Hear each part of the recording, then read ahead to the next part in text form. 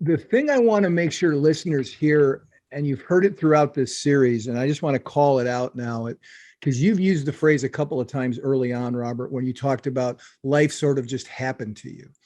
And in the first act, I think it's true that sometimes things can just happen to us. We get on a road, and the road, it's almost like one of those automatic walkways. You're just kind of on it, and it keeps tugging you ahead, and you're on the road, and you're fine. So you can get into the first act that can be somewhat unfulfilling or not exactly right, and that can kind of just happen to you. But what you've just described is to get to that second act, to get to that significance, to get to what brings your heart alive. That doesn't just tend to happen to you. You have to act to make that happen. Is that Sure. fair? Yeah, absolutely. I mean, we tend to, be in a point of stasis where we just continue on with whatever it is that we're Mm. doing. It's very hard to kind of motivate yourself to do something else. I recognize that.